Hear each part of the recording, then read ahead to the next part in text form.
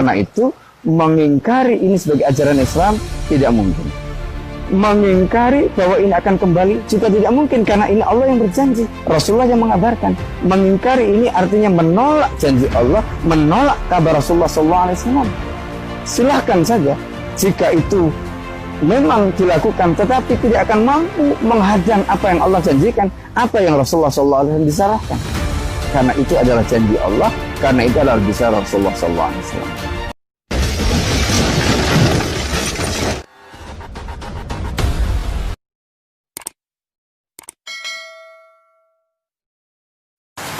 Assalamualaikum warahmatullahi wabarakatuh. Bismillahirrahmanirrahim. La yasriqul khaira illallah. Bismillahirrahmanirrahim.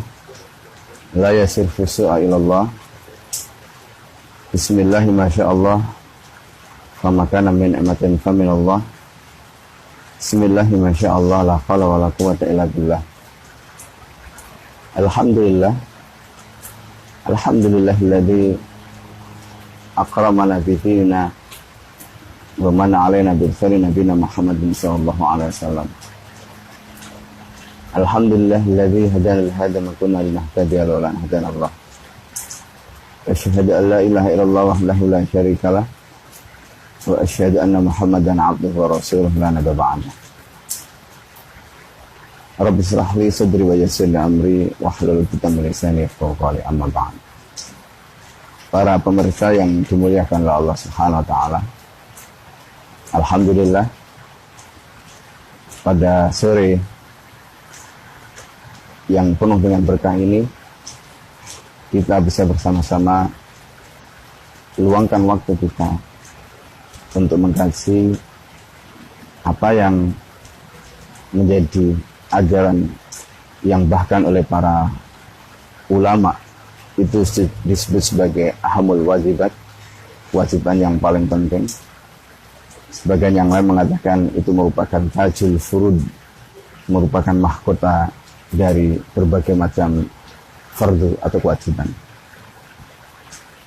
Para pemirsa yang dimuliakan oleh Allah Subhanahu wa taala. Yang pertama, kita sadari bahwa hari ini perbincangan atau diskusi mengenai gagasan atau ide khilafah begitu luar biasa. Sesuatu yang tidak pernah terjadi sebelumnya. Ini menunjukkan betapa gagasan atau konsep atau ide tentang khilafah ini telah masuk di tengah-tengah umat, terlepas dengan adanya pro dan kontra, menunjukkan bahwa dakwah menyampaikan ajaran Islam, dakwah menyampaikan bahwa khilafah itu adalah bagian dari ajaran Islam, telah menunjukkan keberhasilan yang itu sekaligus menarik perhatian mereka-mereka yang tentu kepentingannya merasa terancam, sehingga kemudian memunculkan berbagai macam wacana yang mengatakan bahwa khilafah bukan ajaran Islam, yang mengatakan bahwa khilafah ini berbahaya dan begitu seterusnya. Pendek kata, kita tidak pungkiri bahwa wacana atau gagasan atau konsep dan ide tentang khilafah adalah merupakan gagasan atau ide yang bukan mengawang di udara, tetapi ide ini atau gagasan ini atau konsep ini pernah diterapkan sepanjang 14 abad yang lalu oleh umat Islam. Karena itu mengingkari bahwa konsep, ide atau gagasan atau ajaran yang menjelaskan tentang bagaimana sistem pemerintahan Islam yang begitu detail, yang kemudian disebut dengan khilafah ini, itu jelas sia-sia. Karena penolakan-penolakan terhadap gagasan, konsep atau sistem ini itu sama saja dengan menolak sekian ribu kitab, sekian ratus bahkan mungkin ribu hadis yang terkait dengan Islam itu sendiri. Para pemirsa yang dimuliakan oleh Allah, saya ingin memulai pertama. Seringkali muncul pertanyaan, apakah baginda Nabi Muhammad SAW itu juga mendirikan negara? Pertanyaan ini sering dikemukakan. Apakah konsep atau pandangan tentang kenegaraan itu sudah ada dalam Al-Quran? Mari kita lihat bagaimana baginda Nabi Muhammad SAW ketika pertama kali sejak berdakwah di Mekah. Di dalam kitab Hayatus Sahabah yang ditulis oleh Yusuf Al-Kandahlawi, ada satu riwayat yang dikutip oleh beliau. Ketika Rasulullah SAW berdakwah di Bukit Ajjad, Rasulullah SAW sudah mengatakan kepada orang-orang Quraisy pada waktu itu, Qulu kalimatan wahidah, ucapkan satu kata, tu'tunaha, yang ketika kalian memberikan satu kata itu, yakhdu' lakumul Arab, orang Arab akan tunduk kepada kalian, wa yu'ti lakumul jizyah al-ajim, dan orang-orang non-Arab akan memberikan jizyah kepada kalian. Kalimat ini memberikan penegasan kepada mereka. Meskipun Rasulullah ketika itu belum punya banyak pengikut, tetapi kalimat ini merupakan pengantar, merupakan muqaddimah yang memberikan gambaran kepada kita bahwa la ilaha illallah Muhammadur Rasulullah itu akan bisa menjadikan bangsa Arab, akan bisa menjadikan orang-orang Quraisy itu menguasai orang Arab, akan bisa menjadikan mereka menguasai orang-orang non-Arab. Tetapi pertanyaannya, dengan apa la ilaha illallah Muhammadur Rasulullah itu akan menjadikan mereka bisa begitu luar biasa? Maka Rasulullah SAW sejak ketika pertama kali mendapatkan wahyu, kemudian beliau naik di atas bukit Safa, beliau sudah mengatakan, sebagaimana dinukil oleh Ibnu Athir di dalam kitabnya Al-Kamil fi Tarikh. Beliau mengatakan, ya ayuhan nas, inna ra'id la yakdibu ahlah. Wahai manusia, sesungguhnya seorang pemimpin itu tidak akan membohongi orang yang dipimpinnya. Rasulullah sudah mendeklar, bukan hanya sekedar sebagai nabi, tetapi juga sebagai pemimpin. Pemimpin yang akan memimpin dengan la ilaha illallah Muhammadur Rasulullah. Pemimpin yang dengan la ilaha illallah Muhammadur Rasulullah akan mengubah orang Quraisy, akan mengubah bangsa Arab untuk menjadi bangsa yang memiliki kedudukan, posisi, dan bahkan kekuasaan. Itulah yang Rasulullah SAW sampaikan. Dan ini kemudian ditegaskan oleh Allah Subhanahu wa taala. Sebagaimana disebutkan misalnya, Allah sampai mengulang 3 kali ketika Allah menyatakan kepada Nabi, wa ma 'alar rasul ilal balagh. Tugas bagi Rasul tidak ada lain kecuali adalah menyampaikan, adalah tabligh. Ayat seperti ini diulang 3 kali dalam Al-Quran. Maknanya apa? Sesungguhnya tugas inti dari seorang nabi, seorang rasul itu hanyalah menyampaikan tabligh. Pertanyaannya kemudian, ketika Rasul SAW tugas utamanya itu hanya menyampaikan tabligh, tetapi mengapa kemudian ada ayat-ayat yang memerintahkan kepada Nabi SAW untuk menerapkan hukum, untuk menerapkan apa yang Allah Subhanahu wa taala turunkan? Itu artinya berarti ada nas-nas yang memerintahkan kepada Nabi selain menjadi Rasul yang bertugas untuk tabligh, juga ada tugas yang lain yang Allah perintahkan kepada Nabi untuk menjadi hakim, untuk menjadi penguasa.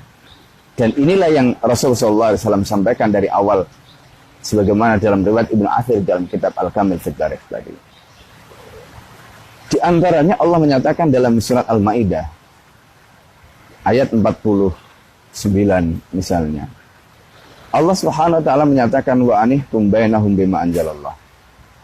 Dan hendaknya kamu perintahkan, hendaknya kamu terapkan, hendaknya kamu tegakkan wa anihkum bainahum, di antara mereka bima anzalallah, sesuai dengan apa yang Allah Subhanahu wa taala turunkan.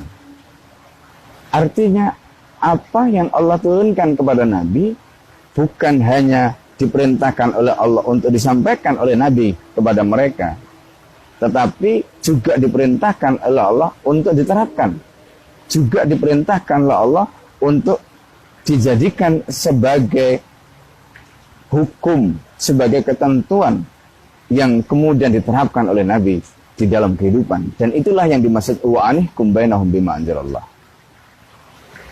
Karena itu pertanyaannya kemudian, ketika ada perintah wa anihkum bainahum bima anzalallah, kemudian pada saat yang sama, kalau seandainya tidak ada instrumen untuk menjalankan apa yang Allah perintahkan ini berupa kekuasaan, pertanyaannya, mungkinkah Rasulullah SAW bisa menjalankan titah ini, bisa menjalankan perintah ini? Jawabannya tidak mungkin. Maka ketika ada ayat yang memerintahkan kepada Nabi, wasariqu wasariqatu faqta'u aydiyahuma wazaniyatu wazani fajridu kulla wahidin minhuma mi'ata jaldah. Pencuri laki dan perempuan potong tangan keduanya. Pezina perempuan dan pezina laki-laki, maka cambuklah mereka. Ayat-ayat ini memberikan perintah yang tegas kepada Nabi, perintah untuk mencambuk, perintah untuk memotong tangan. Pertanyaannya, untuk memotong tangan ada perintah, untuk mencambuk orang yang berzina ada perintah. Perintah itu tidak akan mungkin bisa dilaksanakan tanpa ada instrumen berupa kekuasaan, berupa negara. Dan ini paralel dengan ayat yang saya sampaikan sebelumnya, wa anihkum bainahum bima anzalallah. Karena itu dalam kaidah usul fikih kemudian dipahami ayat-ayat tadi itu mengandung apa yang disebut dengan dalalah iltizam.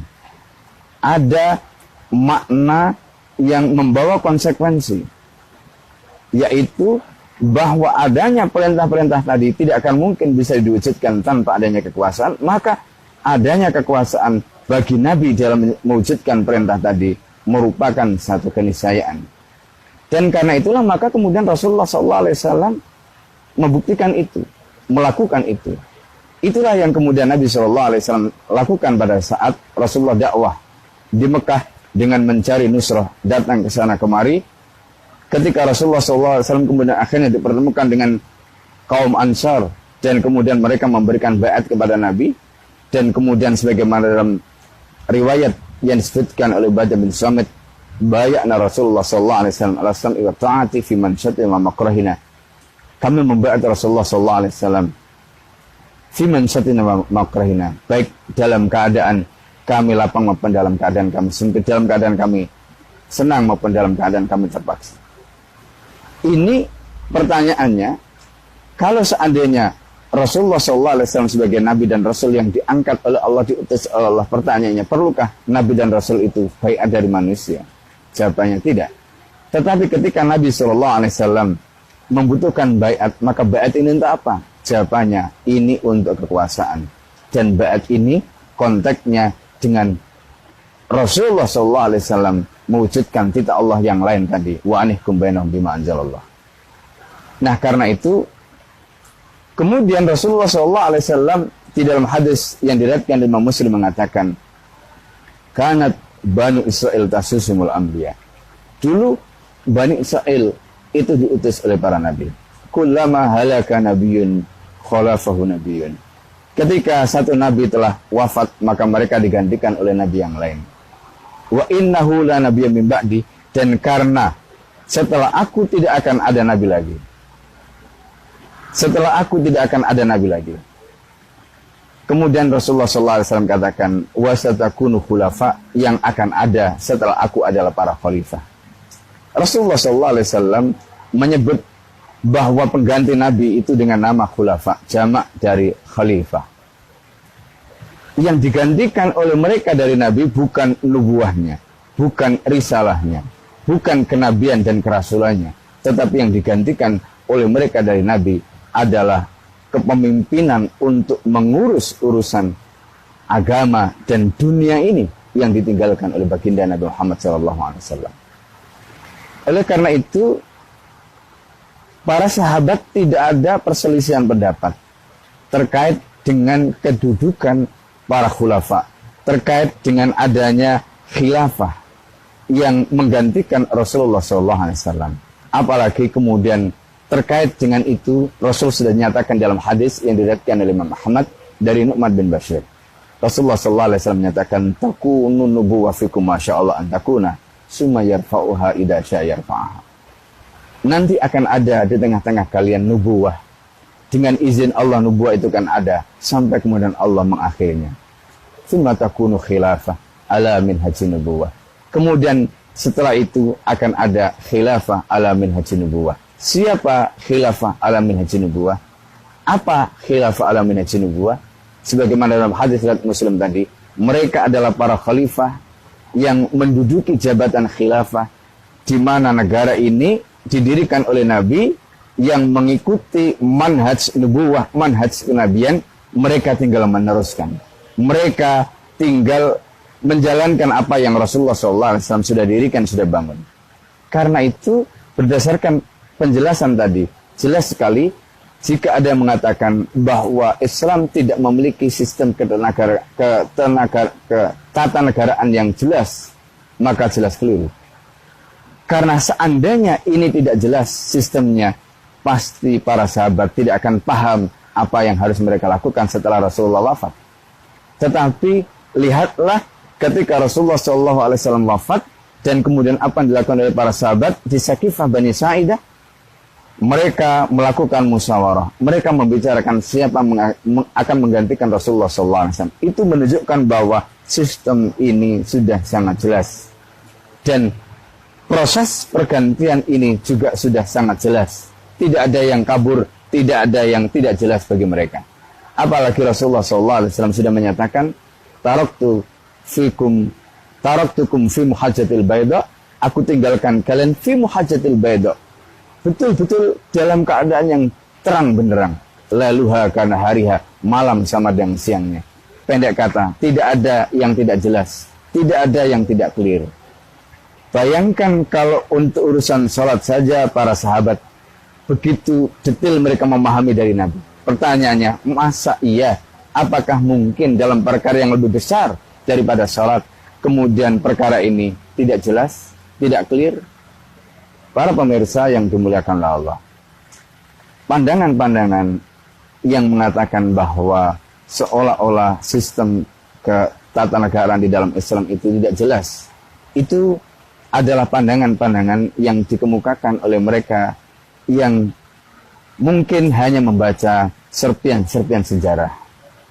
Yang mereka lihat adalah sejarah-sejarah yang sepotong-sepotong, atau mungkin gambaran yang tidak utuh tentang bagaimana ajaran Islam.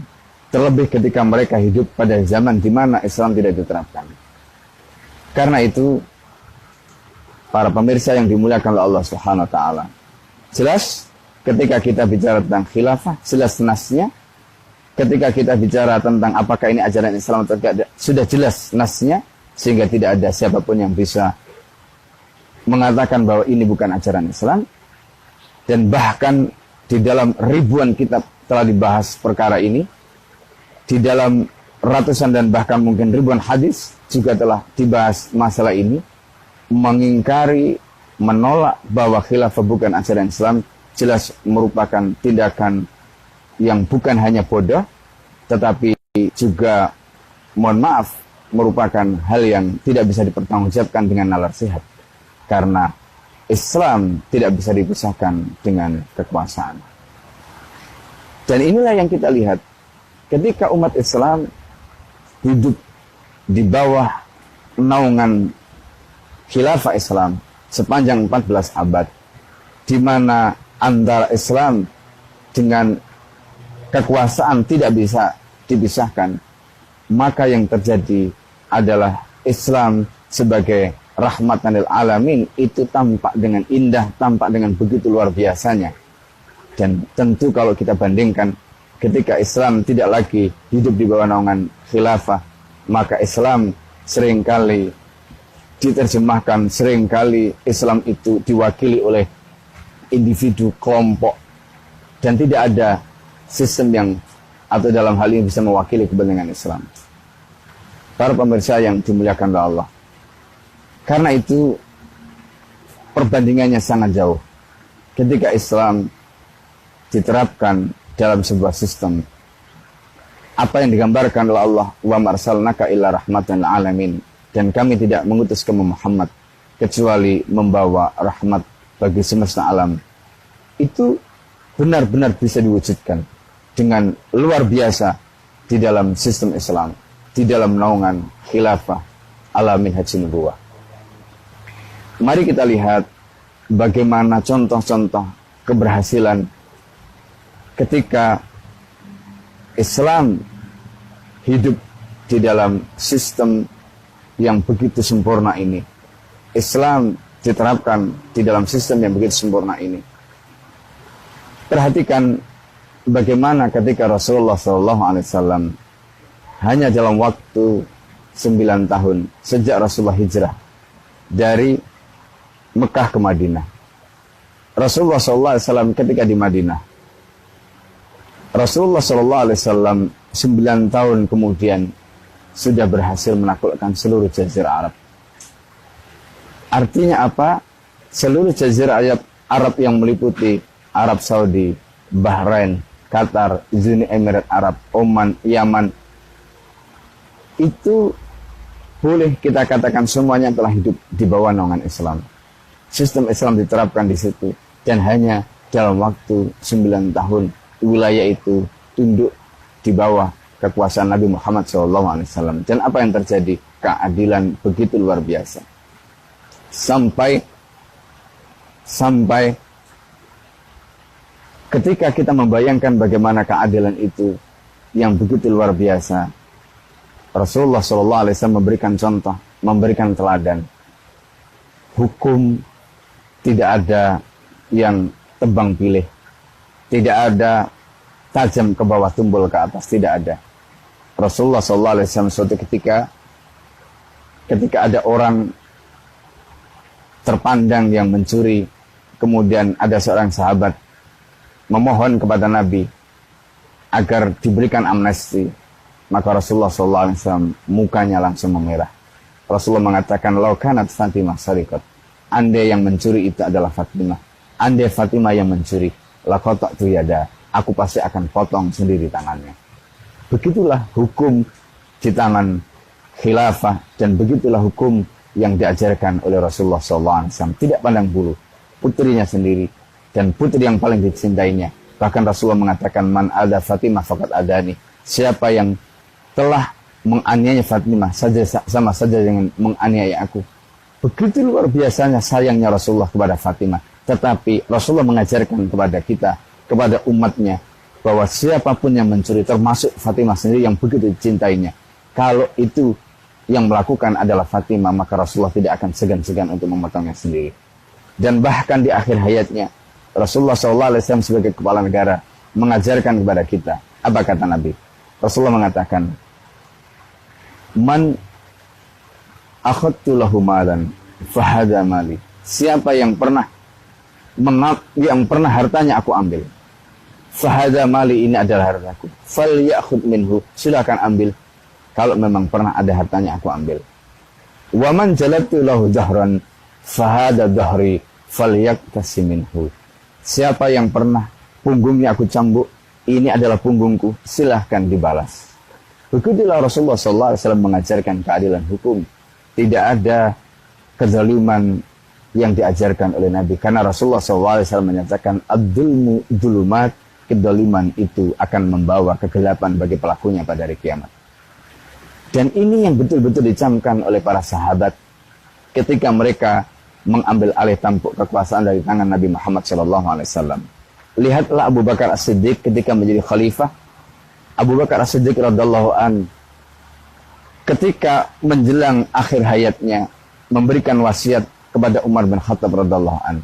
Di antara bunyi wasiatnya itu adalah agar apapun yang pernah dipakai oleh Abu Bakar ketika menjadi khalifah, termasuk uniform, baju kebesarannya yang dipakai, jubah kebesaran yang dipakai, itu diserahkan kembali kepada Baitul Mal.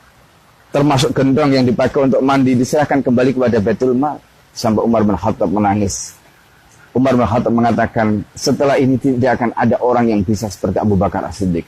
Karena begitu luar biasanya waroknya, zuhudnya, dan beliau tidak ingin sedikit pun ada harta negara yang melekat atau harta negara yang dikorup oleh seorang khalifah.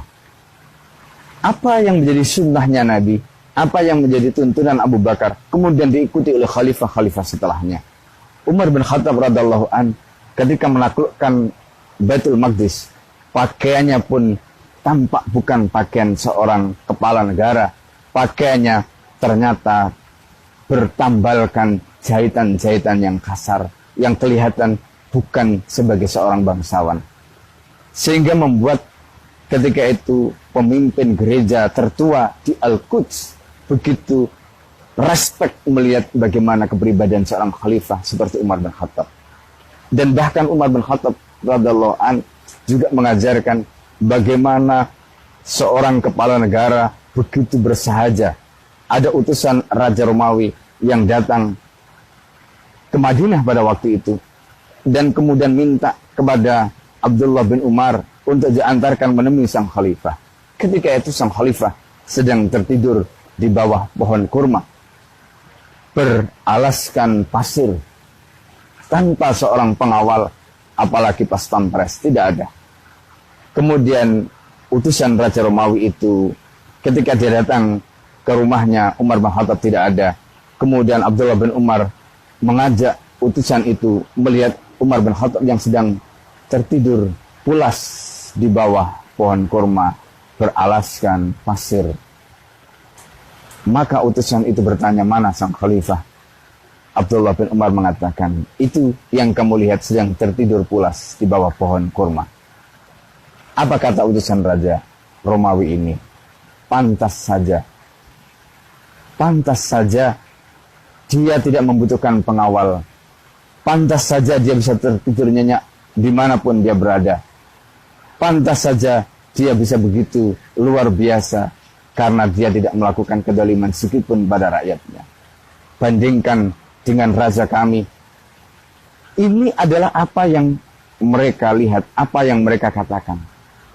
Menunjukkan betapa para penguasa di masa lalu, keadilan yang mereka terapkan, keadilan yang mereka jalankan, menjadikan mereka bisa begitu luar biasa. Bukan hanya di mata rakyatnya, tetapi juga di mata orang-orang non-muslim yang melihat dan menyaksikan kehidupan mereka. Bukan hanya dari aspek pribadinya, tetapi karena ketakwaan yang begitu luar biasa yang ada pada dirinya, para khalifah itu telah mengantarkan kebijakannya, membawa kemaslahatan, membawa kemakmuran, dan bahkan kemiskinan pun berhasil diberantas karena ketakwaan mereka kepada Allah Subhanahu wa taala. Mereka tidak berani berbuat zalim kepada rakyatnya. Karena mereka tidak berani berbuat zalim kepada rakyatnya, maka mereka pun memastikan jaminan makanan, jaminan kebutuhan pokok, jaminan sandang, papan, dan pangan itu sampai kepada rakyatnya. Karena mereka takut kelak mereka akan diminta pertanggungjawaban oleh Allah Subhanahu wa taala. Maka lihatlah pada zaman Umar bin Khattab, para ahli sejarah telah mengatakan di zaman Umar di wilayah Hijaz sudah tidak ada lagi orang yang berhak untuk menerima zakat. Di zaman Umar bin Khattab. Kemudian kita bisa melihat pada zaman cucunya Umar bin Khattab, yaitu Umar bin Abdul Aziz. Umar bin Abdul Aziz itu hanya memerintah dalam waktu yang sangat singkat, tidak sampai 3 tahun. Tetapi lihatlah bagaimana prestasi Umar bin Abdul Aziz. Umar bin Abdul Aziz bisa menebarkan keadilannya begitu luar biasa kepada rakyatnya. Sehingga di zaman Umar bin Abdul Aziz tidak ada satupun di wilayah yang di bawah kekuasaan khilafah ketika itu yang layak untuk menjadi mustahik zakat, yang layak untuk mendapatkan zakat. Sehingga para ahli sejarah mengatakan zakat di zaman itu akhirnya dibawa ke Eropa untuk membebaskan para budak di sana. Betapa luar biasanya keadilan yang ada pada zamannya. Kenapa seperti itu? Karena sistem ini menyatukan antara aspek materi dengan roh. Apa yang mereka jalankan itu mereka satukan dengan roh, bahwa ini adalah perintah Allah. Dan mereka ketika menjalankan ini tidak sesuai dengan perintah dan larangan Allah, mereka takut. Yang kemudian menyebabkan akhirnya mereka tidak bisa kecuali mengikuti apa yang Allah Subhanahu wa taala titahkan. Umar bin Abdul Aziz setiap malam beliau tidak bisa tidur nyenyak. Umar bin Abdul Aziz setiap malam beliau bangun. Beliau ingin memastikan tidak ada jeritan rakyatnya yang kelaparan di malam itu. Sampai kemudian akhirnya baru beliau bisa merebahkan dirinya. Begitulah khalifah yang ada pada zaman di mana sistem Islam diterapkan. Apakah sistem seperti ini dikatakan tidak ada modelnya, tidak ada bentuknya, tidak clear, tidak jelas, tidak detail?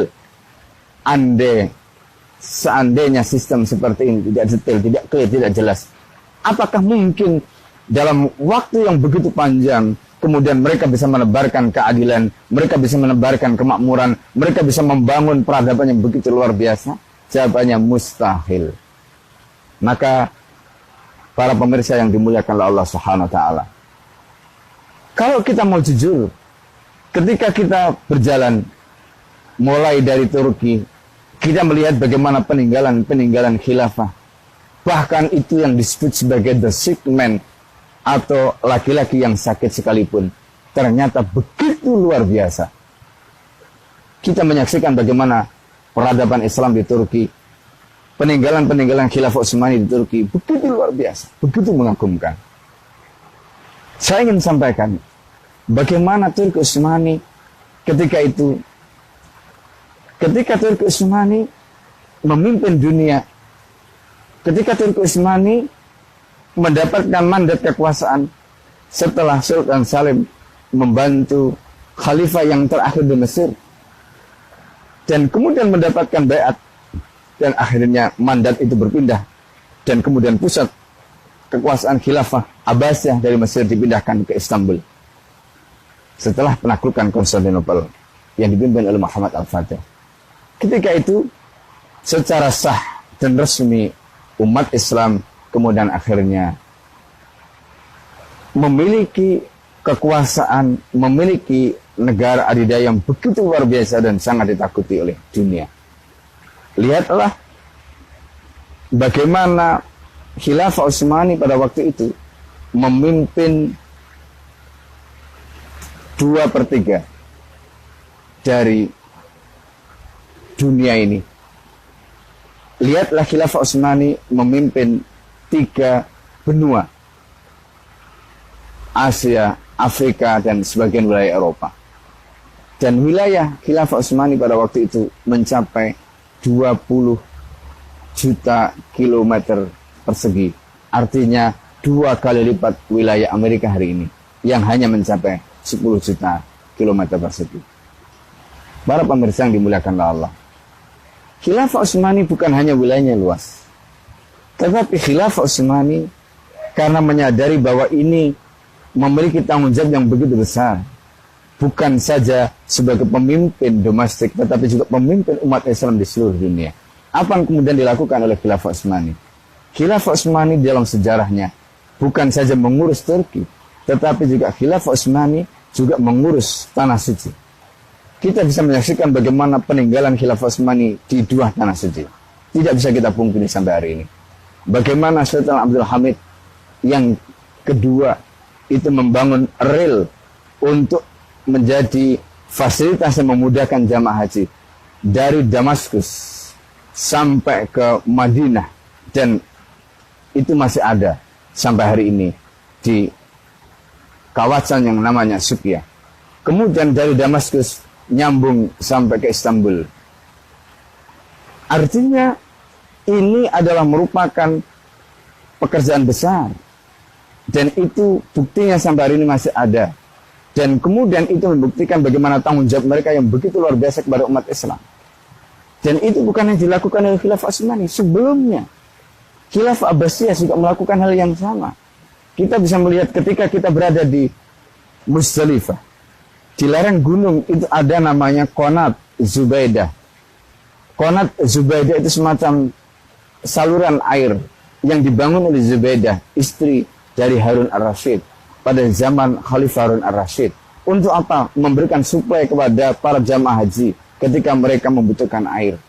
Apa artinya ini? Artinya bahwa tanggung jawab khalifah, tanggung jawab khilafah itu bukan hanya untuk mereka yang hidup di ibu kota, bukan hanya untuk yang hidup di Baghdad ketika mereka berpusat di Baghdad seperti pada zaman Khilafah Abbasiyah, tetapi mereka juga memikirkan umat Islam di belahan dunia yang lain.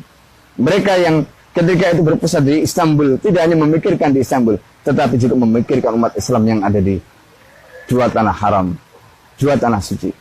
Bukan hanya itu, dan bahkan kita menyaksikan episode sejarah ketika bangsa Indonesia mengalami penjajahan, ketika bangsa Indonesia mengalami serangan dari Portugis. Siapa yang mengirim armada pasukan tempur, siapa yang mengirim persenjataan, itu tidak ada lain adalah Khilafah Utsmani yang ada di Istanbul. Dan hubungan antara Khilafah Utsmani dengan kesultanan yang ada di tanah Jawa, yang ada di luar Jawa, itu juga sangat dekat. Dan itu bisa kita buktikan di dalam bukti-bukti sejarah yang ada. Oleh karena itu, mengingkari adanya khilafah sebagai bagian dari ajaran Islam, sekali lagi mengingkari fakta, mengingkari sejarah, dan bahkan mengingkari nas. Dan ini tentu bukan merupakan tindakan orang yang memiliki keimanan kepada Islam. Apa yang tadi telah digambarkan sudah cukup untuk menunjukkan kepada kita bagaimana dahulu Islam ini pernah jaya, bagaimana dahulu Islam ini pernah menjadi kekuatan yang luar biasa, dan kemudian kenapa hari ini mereka sangat takut kalau kemudian kekuasaan ini kembali lagi. Sesungguhnya yang takut bukan umat Islam, karena bagi umat Islam khilafah bagian dari ajaran Islam. Yang takut akan kembalinya khilafah Islam adalah orang-orang non-muslim. Tentu bukan semua orang non-muslim. Kenapa? Yang takut kembalinya khilafah Islam kembali ke muka bumi ini adalah mereka yang kepentingannya, mereka yang penjajahannya, mereka yang kolonialisasinya, mereka yang imperialismenya itu akan bisa dihentikan, bisa diusir dari negeri-negeri kaum muslimin.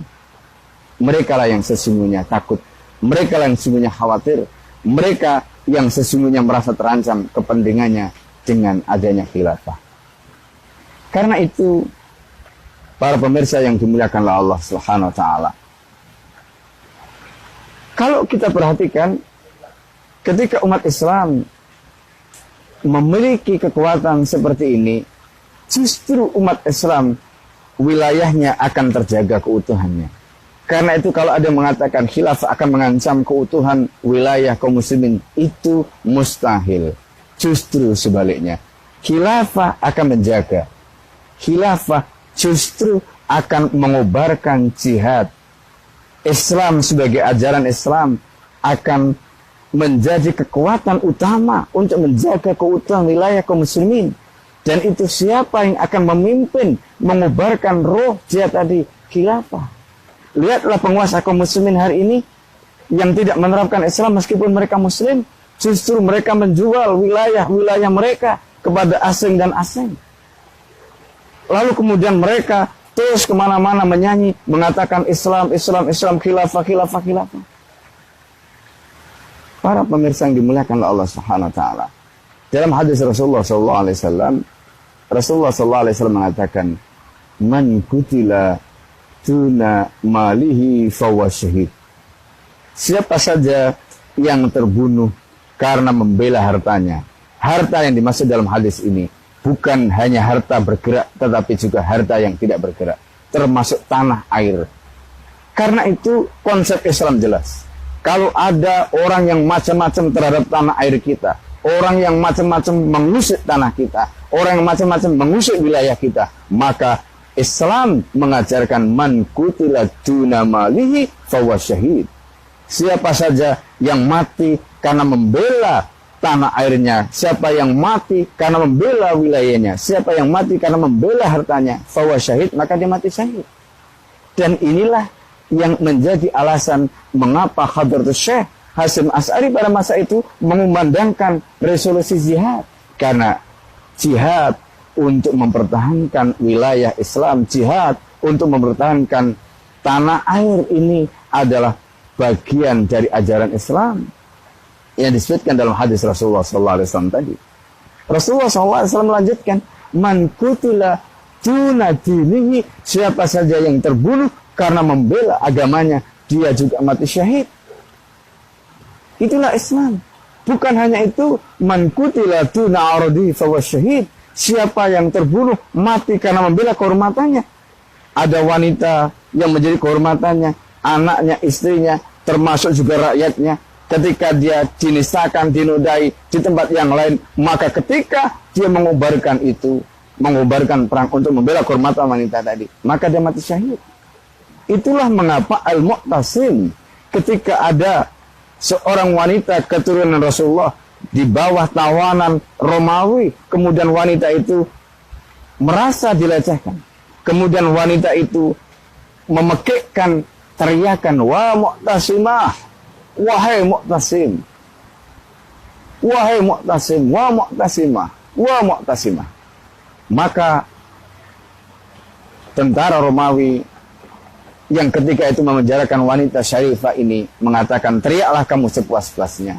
Maka Al-Mu'tasim tidak akan pernah mendengar teriakanmu. Dan ternyata dengan izin dan pertolongan Allah, suara wanita ini sampai ke telinga Al-Mu'tasim. Ketika Mu'tasim sedang berada di atas peraduannya, mendengar ada orang melaporkan seorang syarifah, berteriak mengatakan, wa Mu'tasimah. Seketika itu Mu'tasim langsung bangkit dari peraduannya dan kemudian menginstruksikan kepada pasukannya, dan dikirimlah pasukan untuk apa? Membebaskan seorang wanita syarifah tadi, seorang wanita muslimah yang kehormatannya terancam, kehormatannya dinistakan oleh orang Romawi tadi. Dan pada saat itulah kemudian terjadilah perang Amuriyah. Benteng Amuriyah yang begitu terkenal berhasil kemudian ditaklukkan oleh Mu'tasim. 9.000 tentara Romawi berhasil kalahkan, dan kemudian 9.000 yang lain berhasil dijadikan tawanan. Itu karena membela kehormatan seorang wanita. Lihatlah hari ini bagaimana ketika anak-anak gadis diperkosa, perempuan-perempuan dilecehkan, belum lagi di negeri-negeri yang merupakan wilayah perang seperti di Suriah atau mungkin di wilayah-wilayah konflik. Di negeri kita sendiri bagaimana kehormatan wanita begitu luar biasa dilecehkan dan sebagainya. Tetapi apa yang kemudian dilakukan oleh kekuasaan untuk melindungi tadi? Apakah kemudian memberikan sanksi yang keras, apalagi kemudian mengumandangkan jihad untuk membela kehormatan tadi? Ini pertanyaan yang harus kita jawab, para pemirsa yang dimuliakan oleh Allah.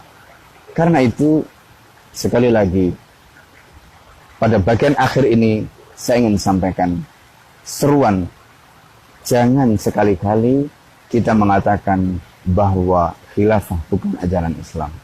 Karena sesungguhnya menolak konsep gagasan dan sistem yang begitu luar biasa itu sama artinya dengan menolak Islam itu sendiri.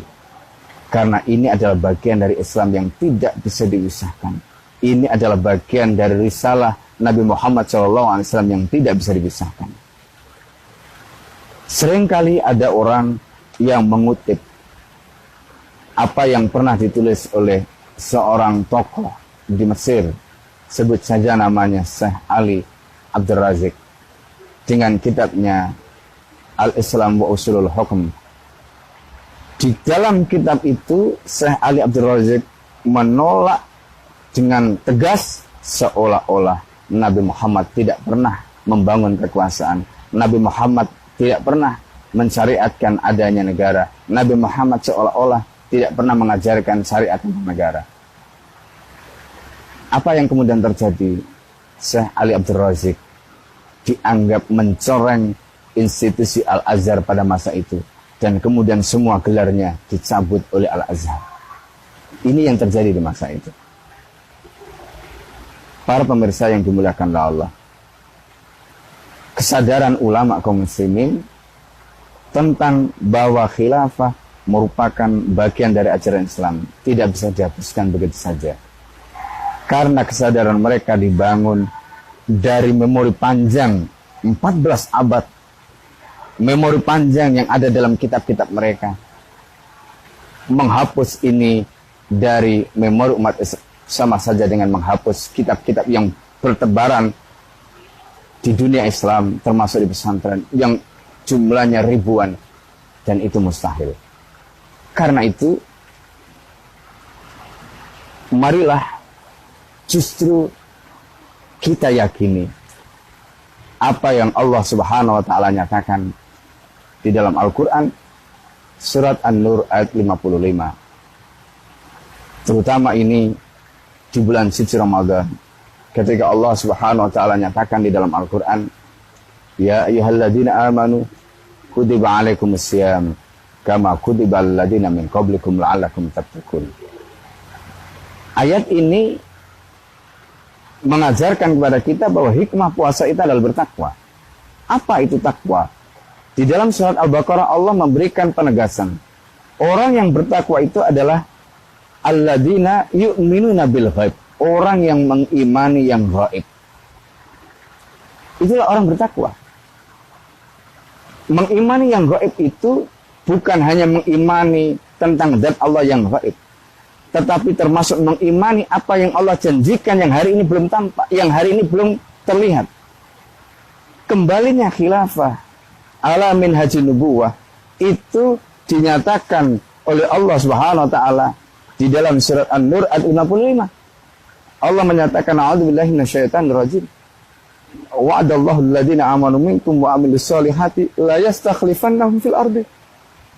Jelas. Allah nyatakan di situ, Allah berjanji kepada orang yang beriman dan beramal saleh di antara kalian akan memberikan khilafah kembali di muka bumi. La yastakhlifannahum fil ardi. Bisa kita lihat di dalam banyak kitab tafsir tentang makna la yastakhlifannahum fil ardi. Allah memilih kata la yastakhlifannahum yang bentuk dasarnya itu atau masdarnya itu adalah khilafah. Allah tidak memilih kata yang lain supaya message Allah di dalam ayat ini jelas. Dan ini kemudian dikuatkan dalam hadis riwayat Imam Ahmad dari Nu'man bin Bashir tadi. Takunu buafikum masyaallah antakuna summa yarfa'uha idza syaa yarfa'. Summa takunu khilafah ala minhajin nubuwah. Wa takunu masyaallah antakun summa yarfa'uha idza syaa yarfa'ha. Summa takunu mulkan adan wa takunu masyaallah antakuna summa yarfa'u idza syaa yarfa'ha. Summa takunu mulkan jabariyan wa takunu masyaallah antakuna summa takunu khilafah ala minhajin nubuwah summa sakata. Terakhir Rasulullah mengatakan akan ada khilafah ala minhajin nubuwah setelah mulkan adan dan mulkan jabariyah. Dan itu adalah zamannya. Zaman kembalinya khilafah ala minhajin nubuwah itu insya Allah sebentar lagi akan tiba.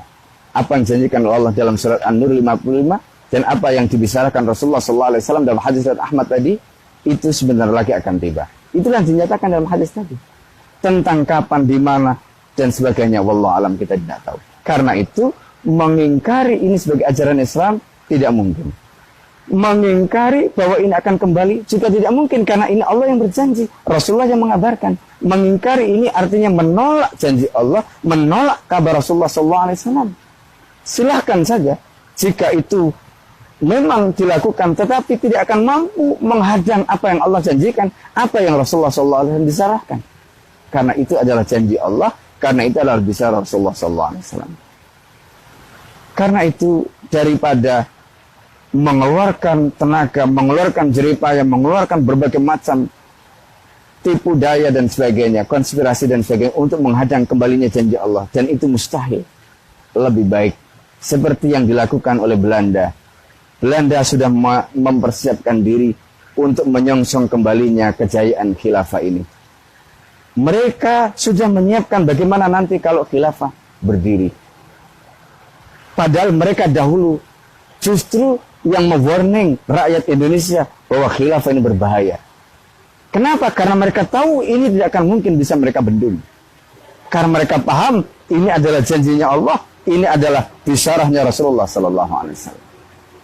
Karena itu para pemirsa yang dimuliakan oleh Allah Subhanahu wa taala, semoga kita termasuk orang-orang yang diberikan keyakinan oleh Allah, diberikan hidayah dan taufik oleh Allah, sehingga kita termasuk orang-orang yang berdiri pada barisan yang meyakini janji Allah, yang memperjuangkan apa yang Allah Subhanahu wa taala janjikan, memperjuangkan apa yang Rasulullah sallallahu alaihi wasallam disarahkan, dan dengannya Allah akan kumpulkan kita bersama Rasul dan para sahabatnya di dalam jannahnya. Dan dengannya insya Allah kita akan mendapatkan hikmah dari puasa, yaitu menjadi orang-orang yang bertakwa, karena kita meyakini muhayyabat, apa yang gaib yang Allah janjikan kepada kita. Hari ini belum ada, hari ini belum muncul, tetapi yakinlah apa yang Allah janjikan itu pasti, karena Allah mengatakan di dalam Al-Quran, innallaha la yukhliful mi'ad, karena Allah tidak pernah mengingkari janjinya. Para pemirsa yang dimuliakan Allah Subhanahu wa taala, ini akhir dari obrolan kita yang saya bisa sampaikan dalam kesempatan yang mulia ini. Semoga obrolan ini bisa mengantarkan kita mendapatkan puasa yang penuh berkah, mendapatkan puasa yang meningkat iman dan ketakwaan kita, mendapatkan puasa yang menjadikan kita menjadi lebih baik lagi, dan insya Allah dengan puasa, dengan keimanan dan ketakwaan serta amal yang lebih baik lagi, maka insya Allah kita akan mendapatkan kafarat, dosa-dosa kita akan ditebus, dosa-dosa kita akan dihapus, dan dengannya insya Allah kita akan bisa mendapatkan jannah, akan bisa mendapatkan surga bersama Rasulullah sallallahu alaihi wasallam dan para sahabatnya. Aku qouli hadza, astaghfirullah li wa lakum. Assalamualaikum warahmatullahi wabarakatuh.